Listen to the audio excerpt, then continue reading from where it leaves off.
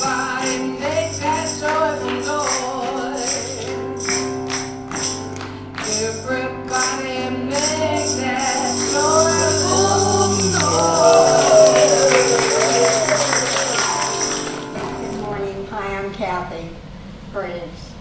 And on behalf of Reverend Donna and the Board of Trustees, I'm privileged to welcome you to the Sonoran Desert for Spiritual Living.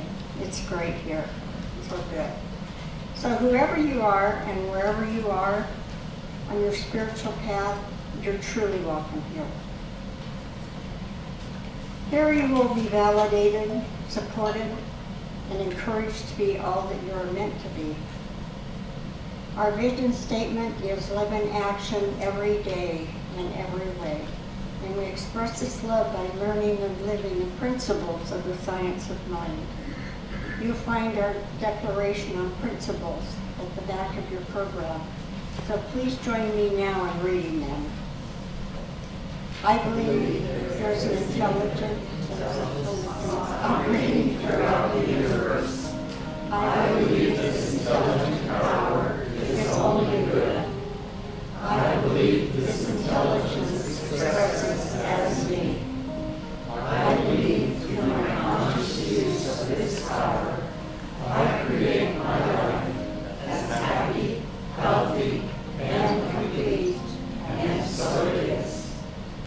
So if this is your first time here, anybody? No? We especially would welcome you if it's your first time, but we welcome you anyway. So anyway, I'd like to thank everybody who is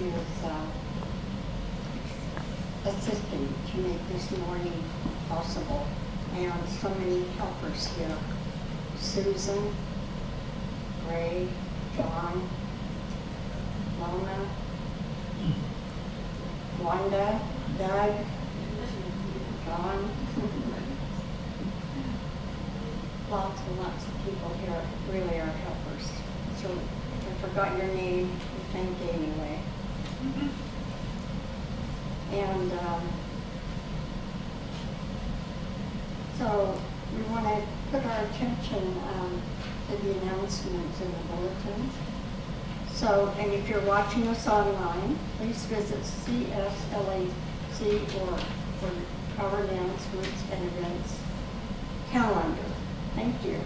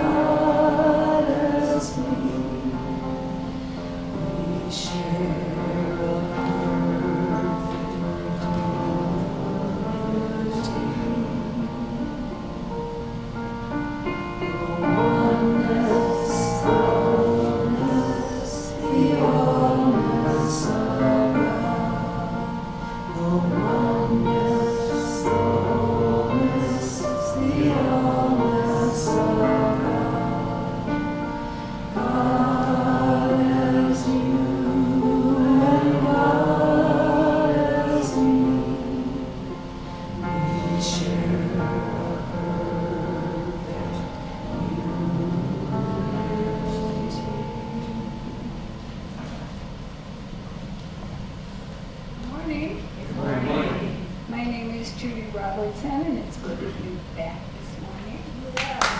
Thank you. The practitioners are the healing arm of the center. So if you have anything causing you any kind of distress, you're very welcome to fill out a prayer card. They're on the table right over there. And put it in the box, and the practitioners will be praying for you this week. If you would care to get comfortable, close your eyes if you wish while they do the invocation.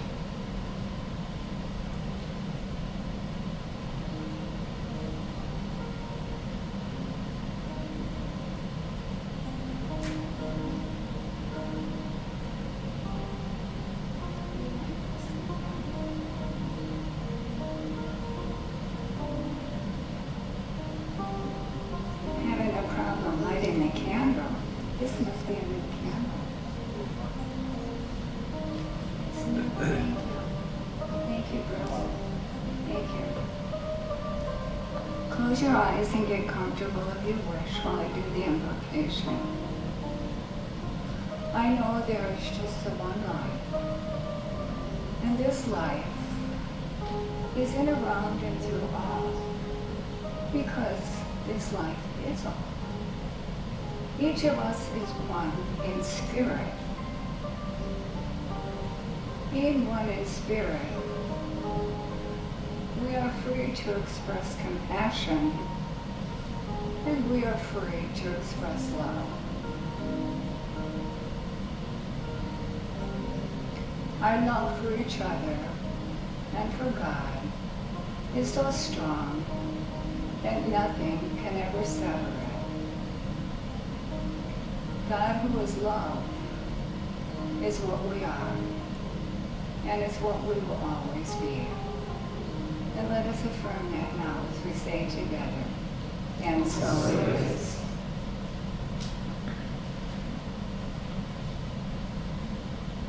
My talk today is something I wrote a few months ago, and I wasn't able to deliver it. And it's entitled, "This Day is All We Have."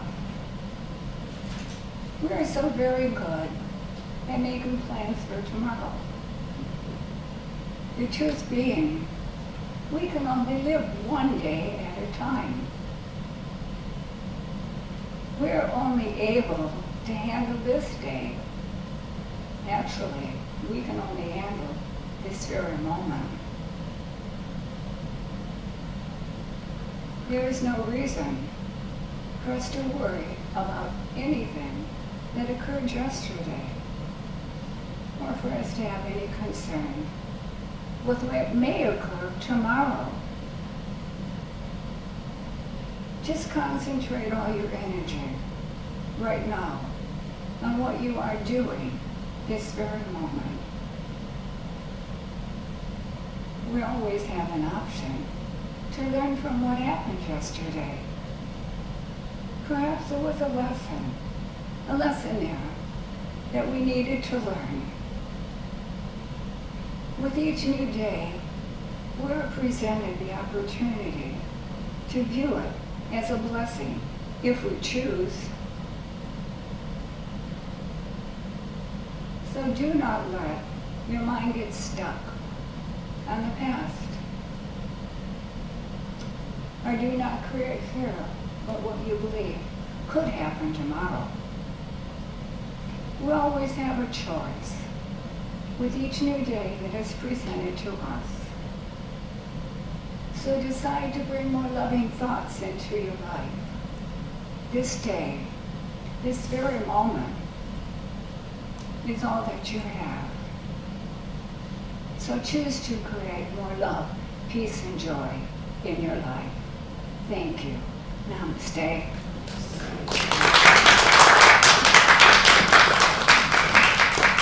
And now I will take this candle as I hold our watch.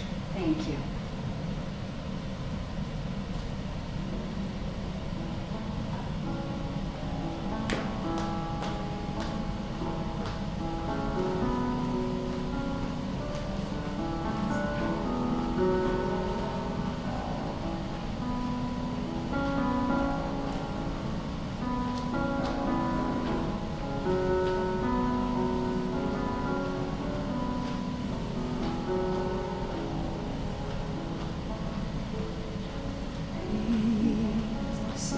is at the center of my being. Peace, infinite peace, is at the center of my being. Peace, peace.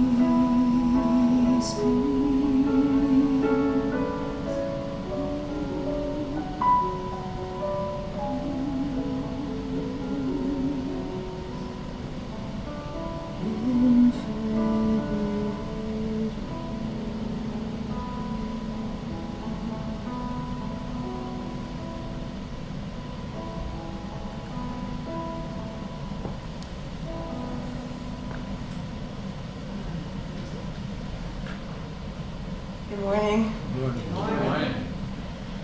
Well, we got our grandchild fix this week. Yay. Our kids live in San Diego, and Andrew is 13 and Evan is 11. And it was just wonderful to see. They're both taller than me. It's like, and they're both taller than their mom. So it's really kind of cute to watch it, because I still have pictures of them, toddling around with me. I remember Andrew following me to help do the laundry, and he was about this tall, just barely able to walk, and he was carrying one of his grandpa's socks into the laundry. So I still remember that, and he'd be so embarrassed if he heard me talking about that. Anyway, our theme this month is Lessons from the Land. And we've been using this to show us how nature can be our best teacher. And this week, our topic, Looking Beyond the Trees, comes from a lesson that my grandfather taught me when I was younger than my grandkids are now. So most of you know that my grandparents, for as long as I was growing up, they lived at the Lake of the Ozarks. And they subsisted off the land. Their livelihood came from renting fishing cabins and boats, and much of their food came from the fish they caught, the animals they hunted, and the wild plants and berries that my grandmother knew how to find and cook. And we had wild raspberry tarts and things like that. It was really pretty wonderful. And my summers were spent there, often with my cousin Keith. He was about a little over a year older than me, and so we were very, very close when we'd spend those summers together. And one of our favorite pastimes was looking for and catching the lizards that were just absolutely all over the property. So that was fun for us, And one day, we were totally involved in our hunt, and we're walking around this one tree. And we know there should be at least one lizard on it, but we weren't finding any. And my grandfather was in the yard with us. He was in his lawn chair reading a magazine, and every once in a while he'd look up and he'd just chuckle. And finally, I walked over to him and said, "Grandpa, why are you laughing at us?" And he said, "Donna, the two of you have been around that tree 3 times, and you haven't seen the lizards that are right in view. As long as you are looking directly at the tree, chances are you're not going to see them. You have to look past the tree. When you look past the tree, then you can see the movements of the lizards, and you know exactly where they are. That's a pretty good lesson in lizard catching. And I never forgot that advice, because even though I don't chase lizards anymore, I think that his words were an important lesson from the land. Because it simply means that if I'm looking directly at something, say a problem that I'm struggling with, then I won't find a solution until I actually look up and see beyond. And then that brings me into solution and away from problem. So it's similar. My grandfather's advice was really similar to the old adage, we can't see the forest for the trees. Because we're so focused on the problem that we don't think to step back and see the situation from a different perspective. So, from a metaphysical view, if we're going to have a very clear perspective on where we are and where we're going, we need to remember the creative process and how it works. In his book, The Power of Decision, Dr. Raymond Charles Barker, one of the great giants of our movement many years ago, he says, modern science proves the universe, the cosmos, to be an arena of intelligence wherein intelligence, left to its own devices, will act and react intelligently. Science finds cause in creation by seeking the creative process as it functions in a framework of intelligence known as order, premised by law. The creative process, individualized in us, is our capacity for right decisions. So that's a lot of words, and it was confusing to me. I read it several times. I've read it through the years several times. But let's just say that we are immersed in a cosmic intelligence that is at work all the time. It's what we are. It's who we are. It's in, around, and through us. It makes the planets keep their orbits, and it makes the lizards do their thing, whatever, you know. And this intelligence always knows what to do, when to do it, and how to do it if it is not interfered with, because that's its natural course. But of course, we interfere. We interfere.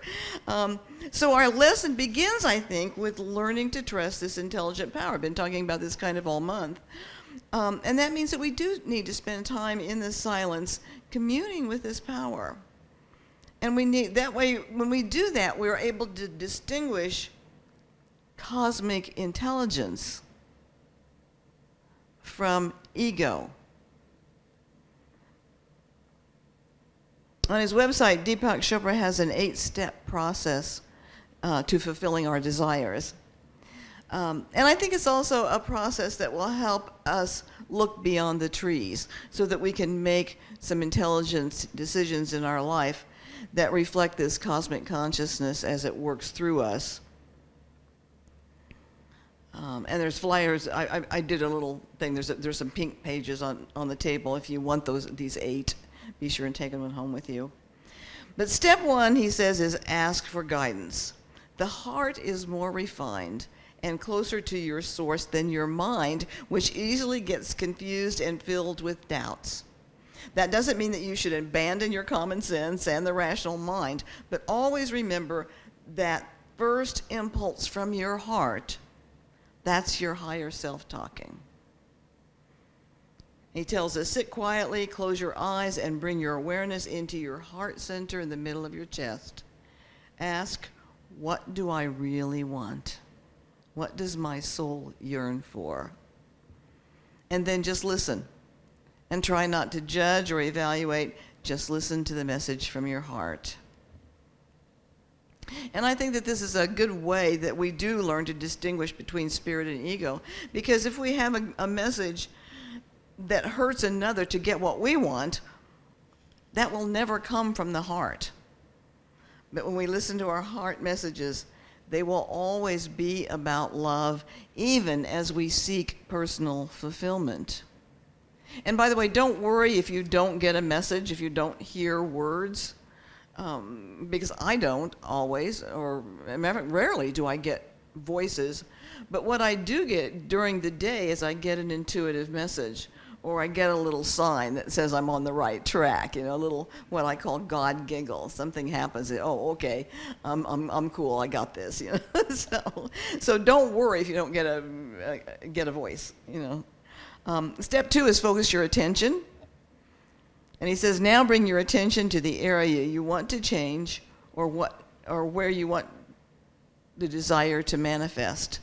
By bringing your attention to something, you are focusing your energy in that direction. And I think a key to this focus is to do it gently.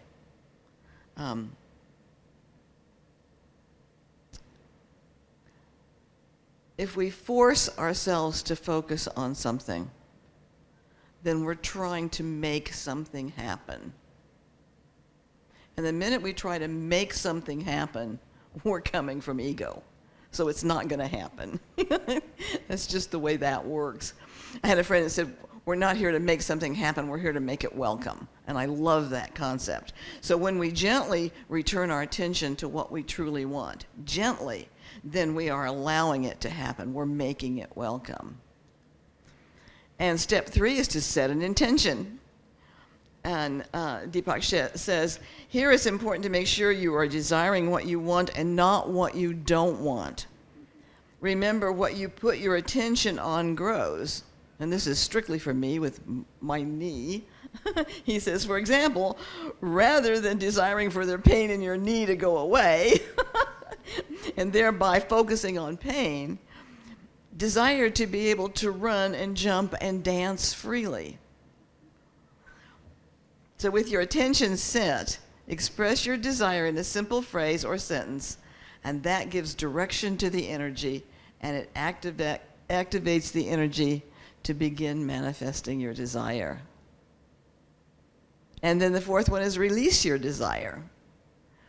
The next step to release your desire to the universe, and this is best done, he says, at the beginning or the end of your meditation practice, or just before you go to sleep at night, because that's when you're closest to source. And with your attention set, silently repeat the desire, and then let it settle back into the silence. This is like planting the seed of the desire in the silent field of the infinite organizing power. Step 5 is detach from the outcome, and I love this. Now you let the universe handle the details. If you remain attached to the outcome of a desire, you limit the possibilities to one outcome, or to an outcome that you know. So detaching is like saying, this is what I think I want, but if there's something better, we'll send that along. So, and in our science of mind, you've heard John and other practitioners and me in our treatment work, a lot of times we'll end something with this or better. Because I don't know what's out there. The universe has an unlimited store of possibilities. And I have seen, in my long years of being in this philosophy, I have seen answers come in ways that nobody could have figured out. So God has more for us than we will ever know. And step 6 is to practice patience. In today's world, it's easy to want instant gratification, but remember, in your essence, you are eternal. Nature moves in rhythms and cycles. Everything has its seasons. By rushing things, you often end up with something of lesser value. Trust and allow the universe to unfold its perfection. The Vedas tell us, when we use our power righteously, all good things flow to us. Step 7 is to learn acceptance. The moment is always perfect, is what Judy was talking about this morning. Sometimes you have to accept that the universe knows best and recognize that sometimes it has greater plans for you. Accepting the present moment allows you to see the opportunities, and that creates your perfect future. And step 8, find fulfillment. So he says, enjoy the bounty that manifests every day. Your ultimate goal is to be able to spontaneously fulfill all your desires. And this can only happen when you enter higher states of consciousness. Here you are totally in harmony with all the laws of nature. There is no longer any need for desire, as everything you could possibly want is presented to you at exactly the right time and the right place. So, pretty neat little 8-step guide. So pick one up on your way out. It's pink, for the pink piece of paper. Because, you know, you and I are far more powerful than we know ourselves to be. And most of us have never been taught that there is an infinite intelligence that backs our every thought with the absolute ability to carry it through.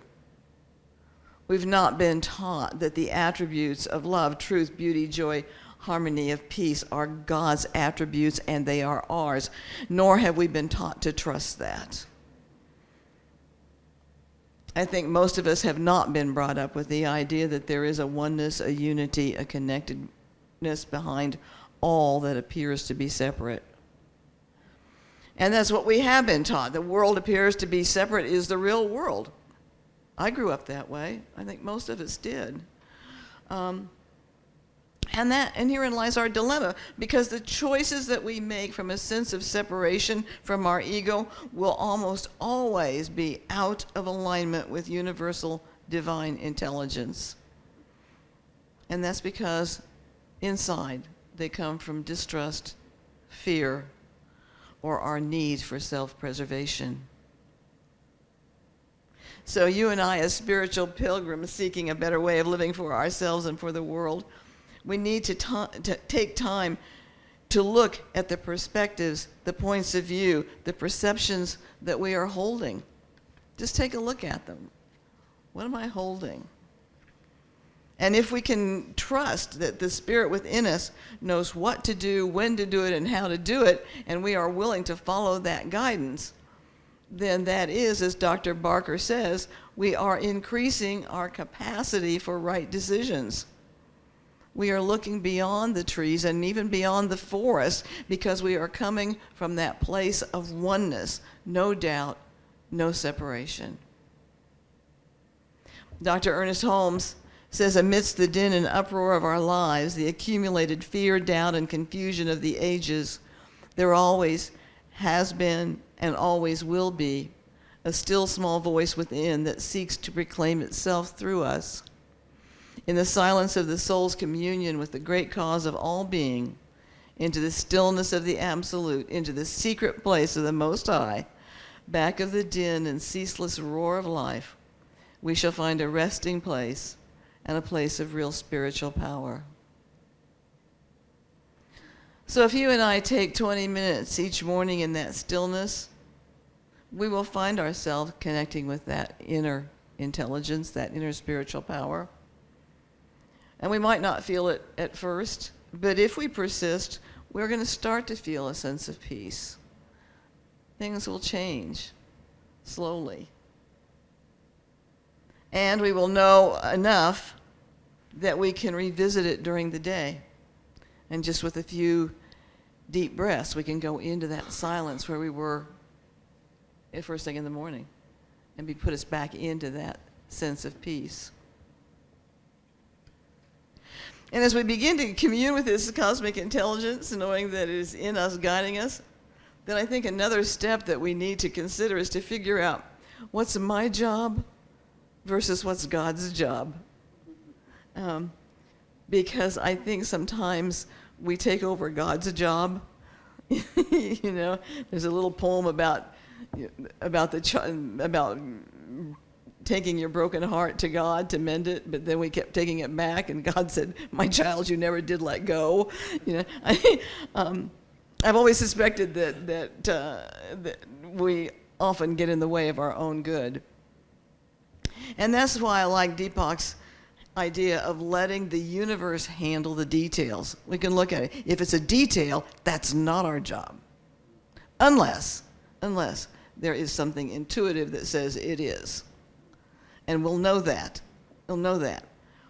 Because the details that we need to be in charge of will become apparent. Like a persistent thought to call a particular person. Or in my case, a lot of times I'll walk by my bookcase and there'll be a book that lights up. You know, and it's just what I needed. So that's how we do it. But to try to take care of those details at first, try to fix the problem ourselves, we're not allowing that divine power and principle to do its perfect work through us. And I like his last step, to find fulfillment. When we enter our higher state of consciousness, we are in harmony with all the laws of nature.